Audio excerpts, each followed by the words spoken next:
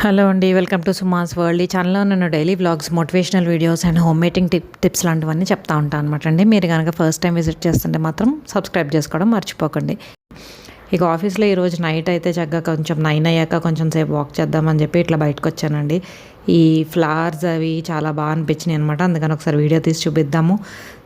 మా ఆఫీస్ అన్ని డీటెయిల్స్ మీకు నేను పెద్దగా చూపించలేదు కదా ఎప్పుడు అని చెప్పేసి ఒక చిన్న షూట్ అయితే చేశాను అనమాట. జనరల్గా అయితే పెద్దగా వీడియోస్ అవి తీయరనుకుంటా లోపల, బట్ ఎందుకైనా రిసెప్షన్ దగ్గర ఒకటి తీశారనమాట. ఇక్కడ వాక్వే అండి. మేము క్యాబ్స్ అయితే ఆఫీస్ క్యాబ్స్ అయితే ఇక్కడ దిగుతాము. ఈ పక్కన ఎంట్రీలో మాత్రం కంప్లీట్గా చెట్లు ఉంటాయి మనకి. నేను ఒకసారి గార్డెన్ వ్యూ కింద పెట్టాను కూడా ఆఫీస్ది. చాలా వందల సంవత్సరాల నాటి చెట్లు అని చెప్పి 1-2 కూడా ఉంటాయి స్పెషల్గాను. సో ఇక్కడికి రాగానే ఫస్ట్ గ్రీనరీతో ఉంటుందండి రిసెప్షన్ అంతాను. రిసెప్షన్ అంటే వాక్వే అంతాను. సో అది చూడగానే మనకు చాలా ప్లెజెంట్గా అనిపిస్తూ ఉంటుంది అనమాట. సో అందుకే అంటారు ప్రజెంటేషన్ కూడా ముఖ్యం మనకి, చుట్టూ వాతావరణం ఇవన్నీ కూడా వర్క్ చేసుకోవడానికి అని చెప్పేసి. సాధారణంగా ఇంట్లో ఉంటే చాలా వేడిగా ఉంటుందని చెప్పి చాలామంది ఈ సమ్మర్లో 3 days a week ఆఫీస్ రావాల్సి వచ్చినా కానీ 5 days ఆఫీస్కి వెళ్ళడానికి కూడా ట్రై చేస్తున్నారనమాట. ఇదిగో ఇది లోపలికి ఎంటర్ అవ్వగానే ఇంత పెద్ద ప్లేస్ ఉంటుందంటండి, ఉంటుందన్నమాట. 5-star హోటల్లోకి ఎంటర్ అవుతున్నట్టే అనిపిస్తుంది మాకైతేని. అండ్ ఇక్కడ ఏటీఎమ్స్ కనిపిస్తున్నాయి కదా, ఏటీఎమ్స్ కూడా ఉంటాయి. ఇంకో పక్కన అయితే చిన్నగా బరిస్టా ఉంటుంది అనమాట. మాకు కాఫీ షాప్ ఉంటుంది కదా, బరిస్టా కాఫీ షాప్. అలా 2 కాఫీ షాప్స్ ఉంటాయి అనమాట. బరిస్టా ఇక్కడ ఒకటి, ఇంకొక ఫ్లోర్లో ఒకటి ఉంటాయి. పక్కన చిన్నగా మనకి కొంచెం మరమ్మతులు కూడా అప్పుడే స్టార్ట్ అయినాయి అనుకుంటా అండి. చిన్నగా చేంజెస్ అవి చేస్తూ ఉంటారనమాట. ఆర్చిడ్స్ ఇవన్నీ కూడా ఉంటాయి. ఇది ఇంకో గేట్ అండి మనకి లోపలికి రావడానికి. ఇదైతే ఎంట్రీ అనమాట లోపలికి వెళ్ళడానికి. ఇక్కడ మనం కార్డ్స్ వైప్ చేస్తే కానీ లోపలికి అలౌ చేయడానికి ఉండదు. డెలివరింగ్ స్మైల్స్ అని ఆ బోర్డు చూస్తే నాకు భలే హ్యాపీగా ఉంటుంది అనమాట. క్యాప్షన్ ఏదైతే ఉందో, ఇంక ఇది ఈరోజు ఆఫీస్ నుంచి వచ్చాక చూసారా, దానికి మ్యాంగో ట్యాంక్ ఎట్లా నాకుతుందో మా బ్యూటీ అయితేని. చాలా నచ్చింది అనుకుంటా మ్యాంగో కూడాను, లేకపోతే బోన్ అనుకుంటుందో కానీ మొత్తానికి మ్యాంగో మాత్రం బాగానే చీకి వదిలిపెడుతుంది ఆ టెంకనైతేని. ఇన్నాళ్ళు తెలియలేదు తింటుందని, సరదాగా వేళేదో ఇలా పెడితే తింటుంది అనమాట.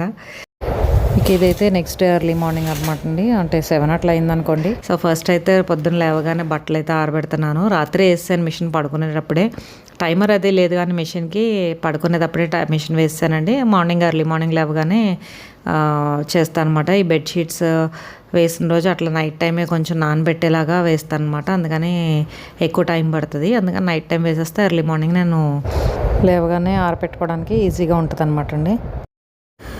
బట్టలు మనము ఇట్లా డ్రై చేస్తున్నప్పుడే కొంచెం దులిపి ఆరేస్తానండి. కొంచెం ఐరనింగ్ అంత పని లేకుండా ఉంటుంది అనమాట. కొంచెం సాఫ్ట్గా ఉంటుంది. ప్రతిదీ ఐరన్ చేయించలేం కదా, సో దులిపి ఆరబెట్టాలన్నమాట. నేను అయితే షాప్ నుంచి కొన్ని తెప్పించుకున్నాను. యాజ్ యూజువల్గా ఇవాళ ఈసారి అయితే మైసూర్ శాండిల్ తెచ్చారు. ప్రతిసారి డిఫరెంట్ సోప్స్ తెస్తారండి. నాకైతే యూజువల్గా సింతాలే అలవాటు అనమాట. ఇవేంటో మరి చిల్లీస్ బాగా స్పైసీగా ఉంటాయేమో అనుకుంటున్నాను నేను. సో స్పైసీ చిల్లీస్ కూడా తీసుకొచ్చారనమాట. సో ఇవైతే ఎక్కడొక్కడ పెట్టేస్తున్నాను ఫస్ట్ నేను. ఇక ఈసారి దోశల పిండి రుబ్బుతున్నట్టయితే నేను brown rice and white rice ఇవి 2 వేసాను కదా. జొన్నలు కానీ రాగులు కానీ ఏం వేయలేదనమాట. అందుకని రాగి పిండి ఉంది కదా, రాగి పిండి కలిపేస్తున్నాను. వేసే ముందే కలుపుతానండి, పెద్ద ఏం డిఫరెన్స్ ఉండదు అన్నట్టు అనిపిస్తుంది. బట్ ఒక గంట నానితే బాగానే ఉంటుందిలేండి, కొంచెం సాఫ్ట్గా వస్తాయేమో. బట్ నాకు క్రిస్పీగా అయితే బాగానే వచ్చినాయి. ఇప్పుడు దోశ సింపుల్గా స్టెప్ బై స్టెప్ బిగినర్స్కి ఎట్లా వేసుకోవాలన్నది చూద్దామండి. సో దోశనైతే నేను ఫస్ట్ రాగి పిండితో కలిపేశాను కదా, కొంచెం సాల్ట్ ఇవన్నీ వేసుకున్నాను కదా. ఇదేంటి మధ్యలో వామ్ వచ్చిందంటే ఓకే, అది దోశ పిండి అంతా కలిపేసుకుని క్లీన్ చేసుకున్నాను అనమాట. ఈ వామ్ కూడా తెప్పించుకున్నాను. వామ్ కషాయం పెట్టచ్చండి, నేను మీకు చూపిస్తాను ఆ వామ్ కషాయం ఎట్లా పెట్టాలన్నది నెక్స్ట్ వ్లాగ్లో అయితేనే. ఇండైజెషన్ ఉంటే చాలా మంచిదన్నమాట. సో దోశకైతే నేను పిండి అయితే కలుపుకున్నాను కదా. ఇప్పుడు ఒక ఉల్లిపాయ అయితే కోసుకోండి. ఉల్లిపాయ కోయమన్నాం కదా అని ఒక సగం ఉల్లిపాయ కోసేయద్దు, జస్ట్ పైన ముచ్చుకోటి కోస్తే చాలన్నమాట. కోసి కొంచెం వేడెక్కిన పెనం మీద దాంతో ఇట్లా రాయండి. రాస్తే మీకు ఎడ్జెస్ కూడా రాస్తే మనకి క్రిస్పీగా బాగా వస్తుంది అనమాట. ఏం లేదు, హీట్ ఈక్వల్గా స్ప్రెడ్ అవుతుంది. ఏమన్నా బ్లాక్గా ఉంటే దాని మీద ఆ ఉల్లిపాయకి అంటుకుపోద్ది అనమాట. దోశ అంతా బ్లాక్గా రాకుండా మనకి కొంచెం గోధుమ కలర్లో వస్తుంది యాక్చువల్గాను. ఇక పిండి కలుపుకునే విధానానికి వస్తే దోశ పిండి ఎప్పుడు కూడా గరిటి జారుగా ఉండాలండి. అలాగని మళ్ళీ వాటరీగా కూడా ఉండకూడదు. అప్పుడు మీకు క్రిస్పీగా రాదనమాట వాటరీగా ఉంటేనే. సో ఇట్లా గరిటి జారుగా ఉంటేనే మీకు కొంచెం క్రిస్పీగా వచ్చి దోశ కూడా అతుక్కుపోకుండా అన్నట్టు వస్తుంది అనమాట.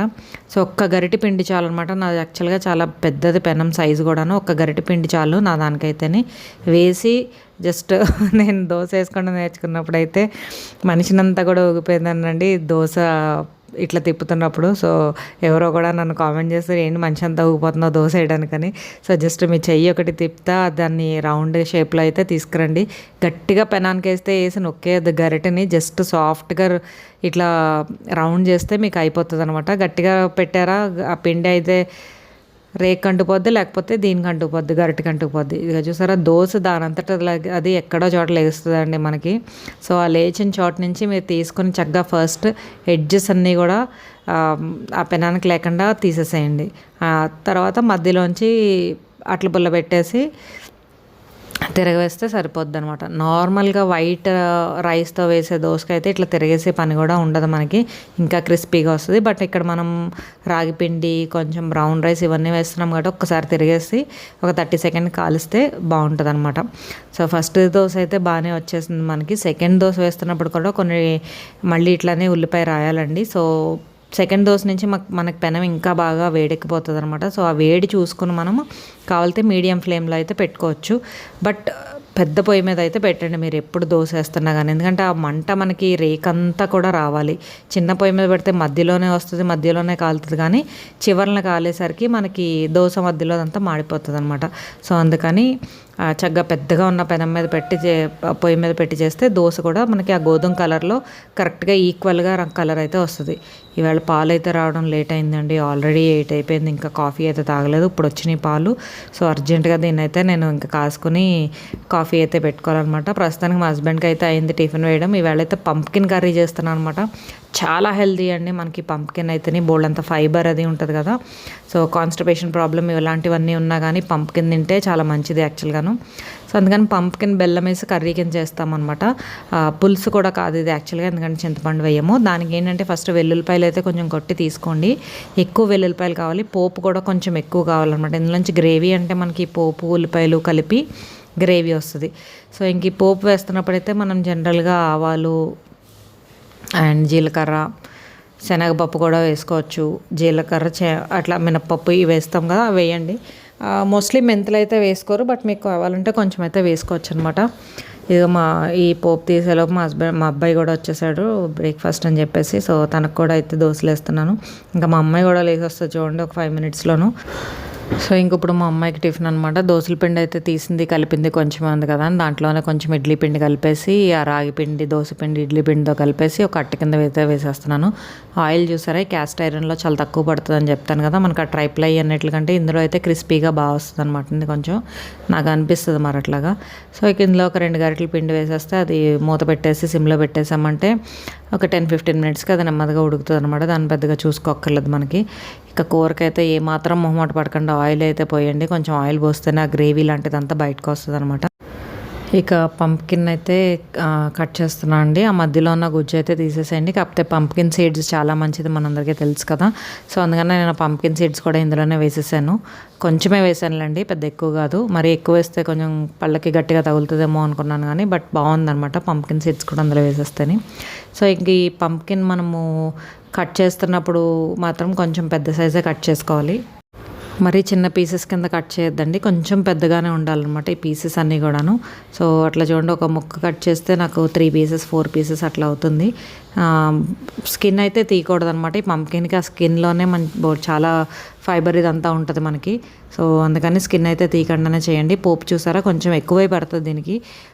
ఆవాలు, శనగపప్పు, మినప్పప్పు, జీలకర్ర ఇవన్నీ కొంచెం ఎక్కువే పడతాయి అన్నమాట. సో పచ్చిమిర్చి, వెల్లుల్లిపాయలు, ఎండుమిర్చి కూడా కొంచెం ఎక్కువ వేయండి. కారం అయితే కొంచెం తక్కువ వేసుకోవచ్చు అనమాట మనము. సో ఈ పోపు అంతా బాగా వేగిపోయాక అప్పుడు మనం కొంచెం ఉల్లిపాయలు వేయండి. ఉల్లిపాయలు కూడా బాగా మగ్గాలన్నమాట కొంచెము. ఈలోపు అయితే అట్ట అయిపోయింది. మా పాపది చూసారు కదా ఎంత క్రిస్పీగా బాగా వచ్చిందో. రిటర్న్ తిరిపినా కూడా చూడండి క్రిస్పీగా ఎంత బాగా వచ్చిందో. ఇంకొంచెం ఆయిల్ ఎక్కువ వేస్తే అక్కడ కూడా మొత్తం రెడ్గా కాలుతుంది, బట్ దట్స్ ఓకే, ఇది కూడా బాగుంటుంది అనమాట. ఇంకా సాల్ట్, కారం, కొంచెం పసుపు ఈ 3 అయితే వేసేసి నెక్స్ట్ ఆ ముక్కలు వేసేయండి. పంప్కిన్ ముక్కలు వేసాక మూత జస్ట్ నార్మల్గా పెట్టేసి వదిలేసేయండి. మగ్గాలన్నమాట ముక్కలు బాగానే, అందుకని ఇంకా ప్రస్తుతానికైతే మనం వాటర్ ఇవన్నీ పెట్టము. సో మగ్గేలాగా అట్లా మూత అయితే వంకరగా పెట్టేసి ఒక 10-15 మినిట్స్ అట్లా మగ్గనివ్వండి కొంచెము. ఈలోపు అయితే నేను టిఫిన్ నా బ్రేక్ఫాస్ట్ నేను చేసేసి ఇంకా సామాన్లు అవి కూడా సర్దుకున్నాను అనమాట. నిన్న తోమిన సామాన్లు. నిన్నైతే ఆఫీస్కి వెళ్ళలేదు యాక్చువల్గాను, కొంచెం పని ఉండి లీవ్ పెట్టాల్సి వచ్చింది నాకు యాక్చువల్గాను. సో ఒక్క కర్రీతో నడవదు కాబట్టి కొబ్బరికాయ పచ్చడి కూడా చేద్దామని డిసైడ్ అయ్యి కొబ్బరికాయ పచ్చడి కూడా పోపు చేస్తున్నాను అనమాట అండి. కొబ్బరికాయ పచ్చడి మనకు తెలిసిందే కదా, చాలా ఈజీ. పోపు వేపేసాక కొంచెం చింతపండు ఇవన్నీ వేసి మిక్సీ కొట్టేస్తాము. తర్వాత ముక్కలు కూడా మిక్సీ కొట్టేసి రెండు కలిపేయచ్చు. బెల్లం వేస్తాము. బెల్లం మేము వేసుకుంటాము, మరి నచ్చిన వాళ్ళు అయితే వేసుకోవచ్చు, లేకపోతే లేదు. ఆ తర్వాత పైన పోపు వేస్తే సరిపోద్ది అనమాట అండి. ఇగో మన పంప్కిన్ ముక్కలు అయితే బాగానే మగ్గినాయి. సో 10-15 మినిట్స్ అన్న పట్టిందండి. నేను అట్లా మూత పెట్టేసి అయితే వదిలేసాను. ఈ పక్క పొయ్యి మీద అయితే నేను కొంచెము అదే కొబ్బరికాయకి అయితే పోపు కూడా చేసుకుంటున్నాను అనమాట. సో ఇంక పంప్కిన్లో మనం ఏమాత్రం మొహమాట పడకుండా ఆయిల్ ఎలా వేసామో బెల్లం కూడా అట్లా వేయండి. ఇది ఆర్గానిక్ బెల్లం అంట తెచ్చారు. సో ఇంకొంచెం బెల్లం పట్టింది యాక్చువల్గా, నేను వేసింది కాకుండా ఇంకొక 1-2 స్పూన్స్ అయితే బెల్లం యాడ్ చేశాను అనమాట అండి. ఇది ఎందుకంటే స్పైసీగా బెల్లంగా అట్లా ఉంటుంది అనమాట. కొంచెం వాటర్ అయితే ఎక్కువ పోయొద్దు అసలు. ఆ చిన్న గ్లాస్తో పోస్తాను కదా, ఆ చిన్న గ్లాస్తో పోసి ఒక విజిల్ అయితే రప్పించండి. పెద్ద పొయ్యి నుంచి చిన్న పొయ్యి మీదకి మారుస్తున్నాను అనమాట నేను యాక్చువల్గాను, ఎందుకంటే చాలా తొందరగా వచ్చేస్తుంది విజిల్, సరిగ్గా ఉడకదని చెప్పేసి. ఇదిగో నా బ్రేక్ఫాస్ట్కి అయితే నేను ఆ కొత్త ఆవకాయ పచ్చడి వేసుకొని నా అట్టు నేను తింటున్నాను. సో బ్రేక్ఫాస్ట్ అయ్యేసరికి ఇది కూడా ఒక విజిల్ వచ్చింది, ఎట్లా ఉందో చూద్దామని చెప్పి ఓపెన్ చేశాను. అంతేనండి, అయిపోయింది. ఇదే కన్సిస్టెన్సీలో ఉంటుంది అనమాట. మీకు కొంచెం వాటరీగా అనిపిస్తే మళ్ళీ ఒకసారి వెలిగించండి పొయ్యి అయితేని, లేకపోతే ఇంకా అవసరం లేదు. మనకి గ్రేవీ మోస్ట్లీ కూడా ముక్క కలుపుకుంటేనే గ్రేవీ వస్తుంది అనమాట. సో అలాగా కలిపేసుకోవచ్చు. ఇదిగో నాకు కొంచెం వాటరీగా అనిపించి జస్ట్ ఒక 30 సెకండ్స్ 1 మినిట్ కొంచెం హై మీద పెట్టేసి ఒకసారి కలిపేశాను. అదండి, వేడివేడి అన్నంలో వేసుకొని తింటే అమోఘంగా ఉంటుంది అనమాట. ఇక ఈరోజు వ్లాగ్ అయితే అది మీ అందరికీ నచ్చింది అనుకుంటున్నాను. నచ్చితే కనుక please like, share and subscribe అండి. మళ్ళీ కలుసుకునే వరకు సెలవు. మరి stay tune to Suma's world. Bye bye.